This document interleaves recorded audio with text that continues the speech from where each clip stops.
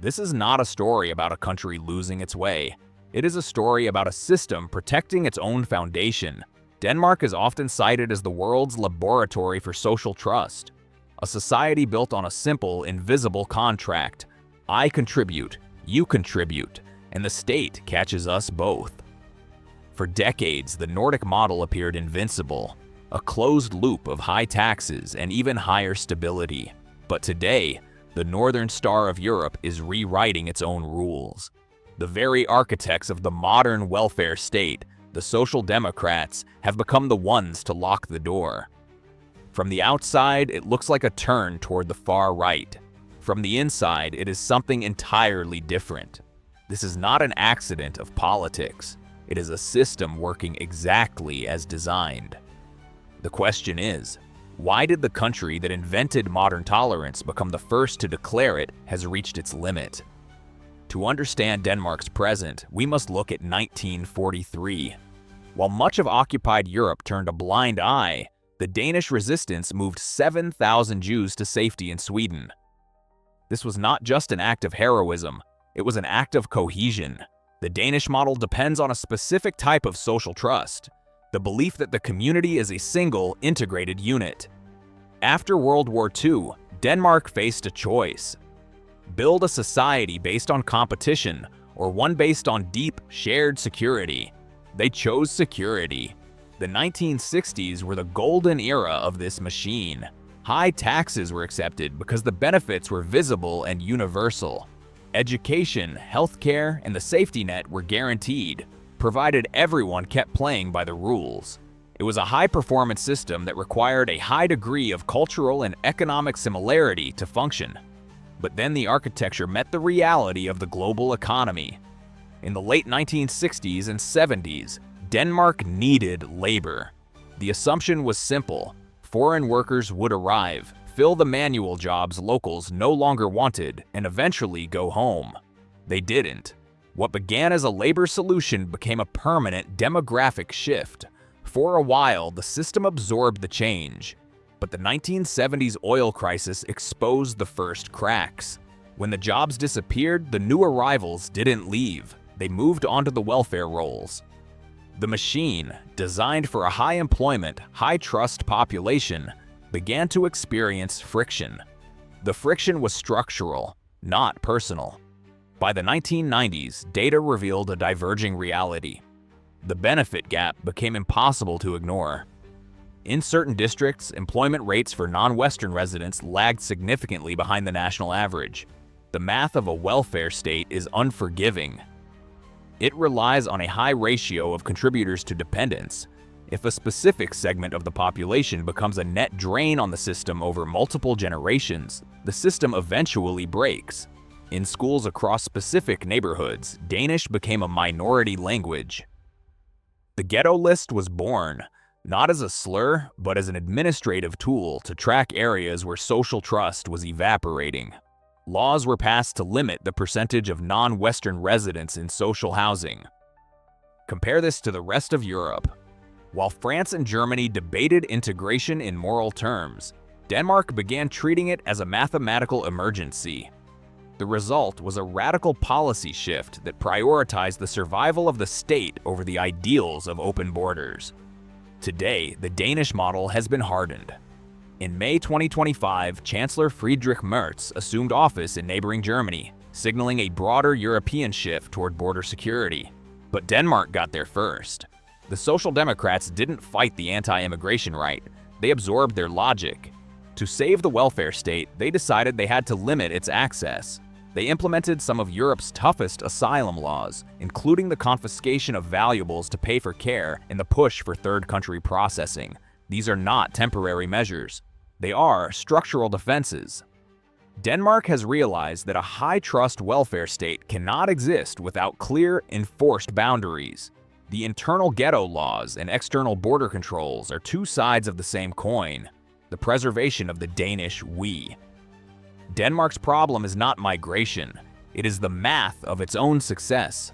A high-trust society is a delicate ecosystem. It requires everyone to believe the person next to them is contributing. Until that trust is restored, the walls will continue to rise. This is not a failure of tolerance. It is the survival of the machine. And that is why the gates are closing. Denmark sells an image: bicycles, trust, equality. So here's the question that shouldn't make sense. Why did Europe's center-left build one of Europe's toughest immigration frameworks? Not the far right, not a fringe party, the Social Democrats. And once you see why they did it, you'll understand why this logic is spreading. If you think this story is just compassion versus cruelty, you'll miss the mechanism. Denmark treated immigration like a systems problem, a question of incentives, neighborhoods, schools, and the math of a welfare state. And the twist is this: their toughest policies weren't sold as nationalism. They were sold as protection. Protection of what? The thing Denmark values more than almost anything: social trust. Denmark is small, about 6 million people, a country that learned, historically, that survival depends on cohesion. During World War II, Denmark was occupied, and in 1943, when Danish Jews were threatened with deportation, an underground effort formed. Ordinary people turned resistance into logistics: boats, night crossings, Sweden. More than 7,000 were saved, not because they were others, because they were seen as part of the community. That instinct became the spine of the post-war model. Education, healthcare, safety nets, a welfare state that works only if most people keep playing by the rules. By the 1960s, Denmark had something economists envy: a highly cohesive society with a strong shared civic culture, high trust in institutions, high expectation of fairness, and high compliance with the rules. That creates a loop. People pay in, the system catches you when you fall, and you get back up. From the outside, it looks like compassion. From the inside, it's a machine. And machines have tolerances. Then prosperity created a new problem. Denmark needed workers. In the late 1960s and early 1970s, Denmark recruited foreign labor, often described at the time as guest workers. The assumption was simple: they fill the jobs locals don't want, and then they go home. But history doesn't care what a policy assumes, because once people build a life somewhere, the question shifts from work to belonging. And in the decades that followed, migration shifted, from labor mobility to humanitarian inflows tied to conflicts abroad. The profile of arrivals changed, and the integration challenge changed with it, and crucially, communities formed concentrated, not evenly spread. By the 1990s, immigration stopped being marginal, and Denmark's design matters here. Because housing and labor markets cluster people naturally, integration challenges became concentrated too, in specific neighborhoods, in specific schools, in specific job markets. Then the welfare machine met friction. Employment outcomes diverged. Language barriers, credential recognition, weaker networks, and in a high-benefit system, long gaps outside the labor market create political pressure fast. Schools became the second alarm. In certain neighborhoods, teachers described classrooms where Danish wasn't the common home language, and where integration became the dominant daily workload. By the early 2000s, immigration became the central political issue. A center-right coalition tightened rules: asylum, family reunification, benefits, residency requirements. But the deeper shift wasn't legal, it was philosophical. A new idea entered the mainstream: social cohesion is finite. And then Denmark did something most countries fail at. The left didn't just accept the new consensus, they absorbed it and made it normal. Because if you're a social democrat in Denmark, the argument writes itself. No cohesion, no trust. No trust, no welfare state. This is where Denmark stops looking like a debate and starts looking like a toolkit. In 2010, the government introduced what became known as the Ghetto List, a formal designation tied to criteria like employment, education outcomes, and crime statistics. It was controversial precisely because it linked integration to measurable indicators, and then treated neighborhoods like variables you can manage with thresholds. Behind the tougher policies was a fiscal argument, because a welfare state survives only if most people keep contributing more than they take out. And once fiscal analyses entered the public debate, the conversation shifted.